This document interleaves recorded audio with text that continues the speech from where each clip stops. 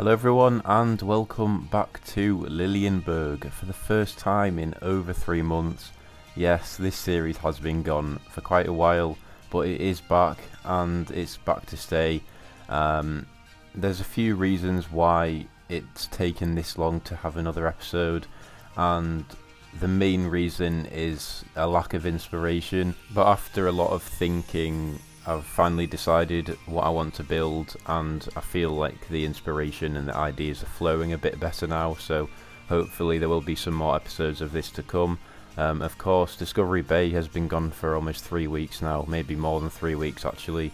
That will be coming back as well, probably the next episode or the next video on my channel. But anyway, you can just see me working on this access path there, and you can see a flat ride going in this weird backstage area. And I just saw that there was quite a large space there, and I thought a flat ride, you know, like a temporary flat ride could fit, but it probably won't stay because it doesn't really fit the whole vibe of this park. It does look a little bit tacky, so it probably won't stay. I don't really know why I built that in, to be honest, but it's there. That's just me explaining why it's there. But yeah, you can see me now working on the chairlift, and you can just see me moving up and down because I was planning to somehow have a midway station, but the reason why I'm building a chairlift is because the hill is kind of steep, and I know how tiring it will be for guests to walk up that hill, so having a chairlift that takes you either midway and then even further to the top, I just thought that that would be a lot more realistic in this park, and it would definitely be helpful for the guests. But you have probably noticed that this building is replacing a restaurant which I was building in the last video, and I just didn't really think that fit. The building style wasn't the same as everything else around this main street. I did actually blueprint the facade for that building because I'm maybe going to use it somewhere else, but I'm not sure, because I did put, I put a couple of hours into that, so I didn't want to just completely get rid of it. So I have blueprinted it, so if I need it again, it's not all lost. But yeah, this station is going to follow the classical German building style that we have got in this main street. And Hals Überkopf at Tripsdrill, the station for that is being built, and that kind of inspired me on this a little bit. You can see that I've gone for a slightly different design here with the roof because it kind of peaks down a little bit on the ends, and I have seen that used in German buildings, and because I'd not done it really yet, probably not at all actually, I thought, why not add this in, because I do want the buildings to have a bit of variety so they don't all look the same. And this building did take quite a while.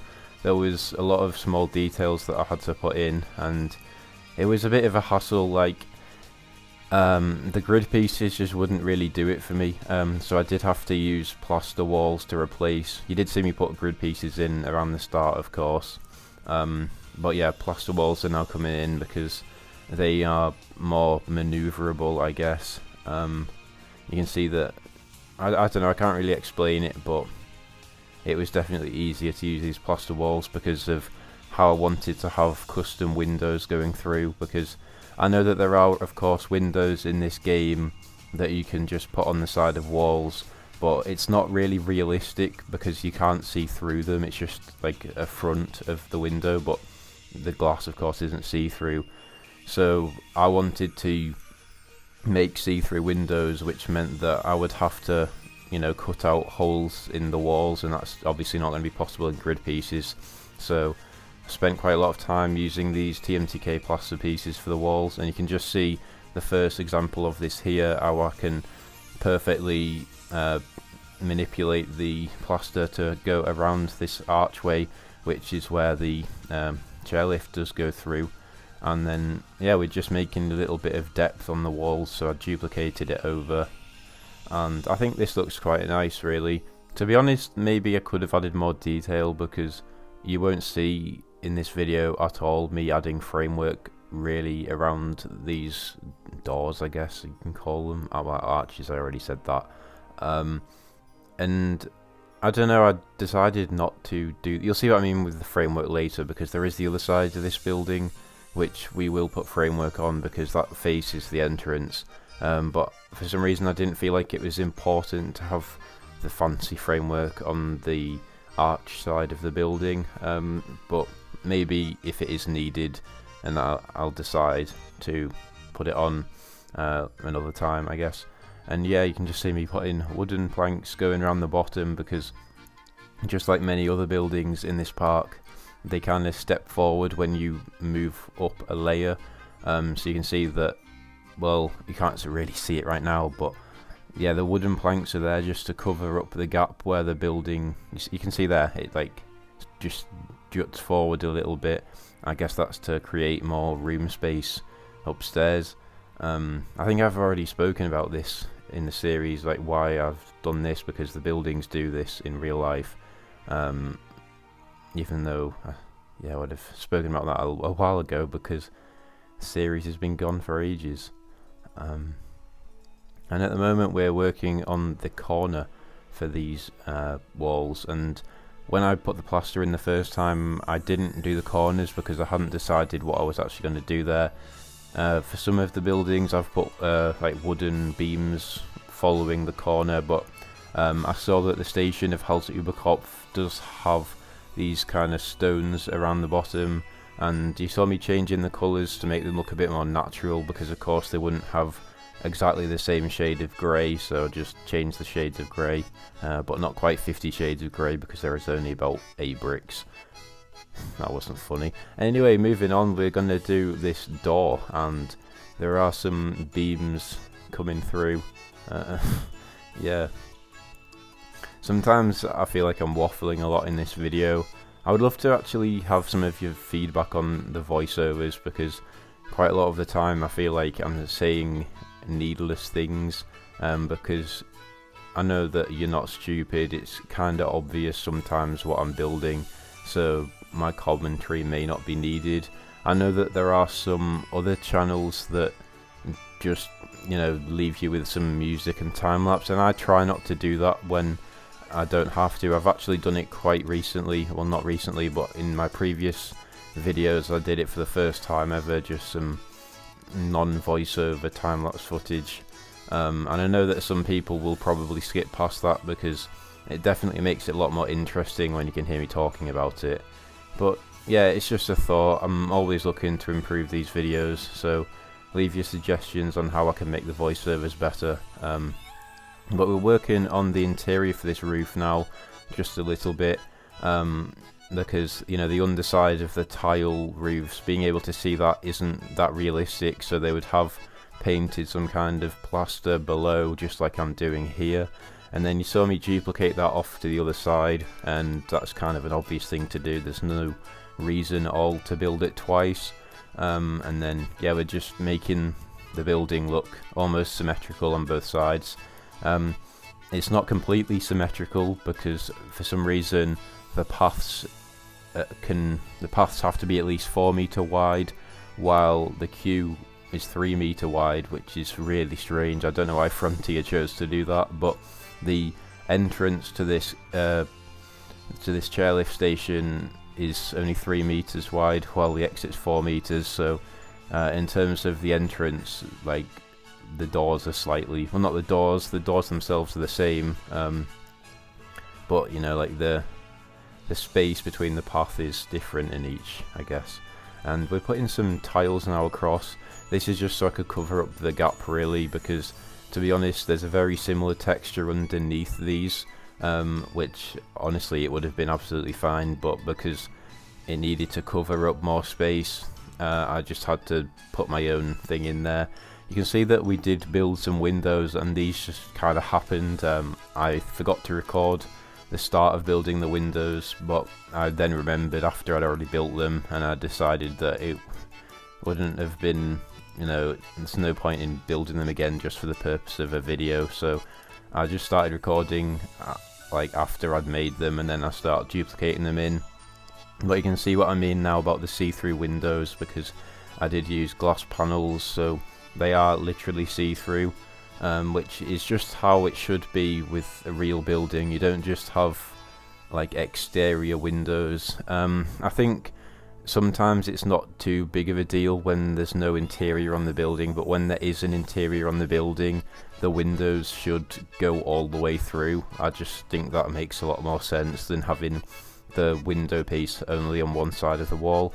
And we're making a slightly bigger window here. You can see that I was very indecisive on the size of this building, not the building, window, so I'll probably make it even taller, and that's so that I could have these shutter pieces, because I know that a lot of these German buildings do have shutters on, and in order to match the size of the shutters, I had to make the window a little bit taller.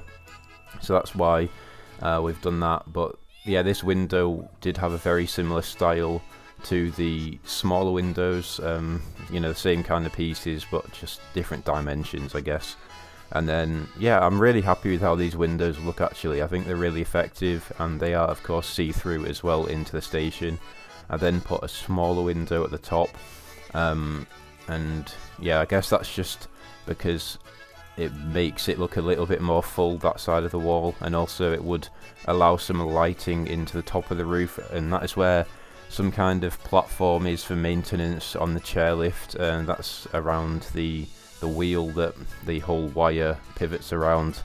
And yeah, it's actually quite good that Frontier decided to make the realistic mechanical stuff on this chairlift, because it definitely saves me a lot of work, so I don't have to do this myself, because it looks pretty accurate to what chairlifts look like at ski resorts, the bit on the top. I think you're still going to have to do your own cover, because there's not really a cover on the chairlift, but when I'm making a building just like this, it doesn't need a cover. But if you were going to have an outside chairlift like many of them are, you probably would have to do a custom cover to make it look realistic, but that's up to you, I guess. And yeah, again, we're making these walls a little bit thicker, and that was because I was kind of having a problem covering up the random bits of wooden planks on the bottom, so it would just make sense to bring the wall forward a little bit, and that's why I've done that. And again, we're going to duplicate this over to the other side very shortly.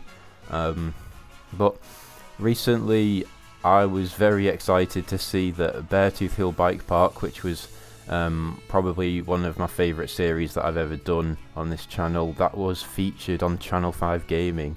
So if you've not already seen it, and you were a follower of the series on my channel last summer or last year at some point, then you should definitely watch it.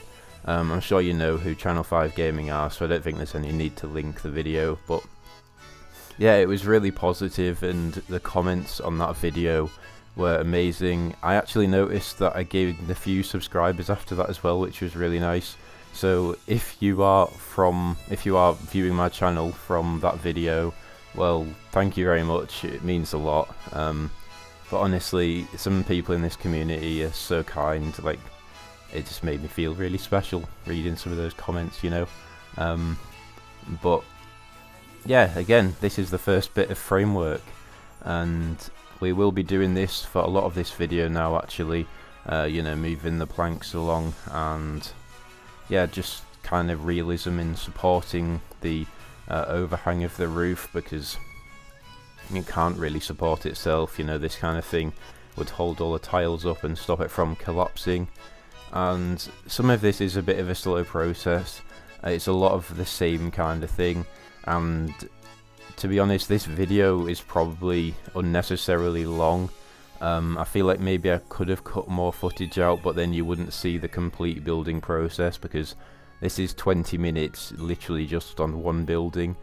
So yeah, I definitely spent a good 6 hours on making this building, which is kind of a bit much, because like, I don't think it's the most detailed. I think it's fine, but I think I do need to be more efficient with buildings in the future, because I feel like 6 hours put into this building maybe didn't pay off.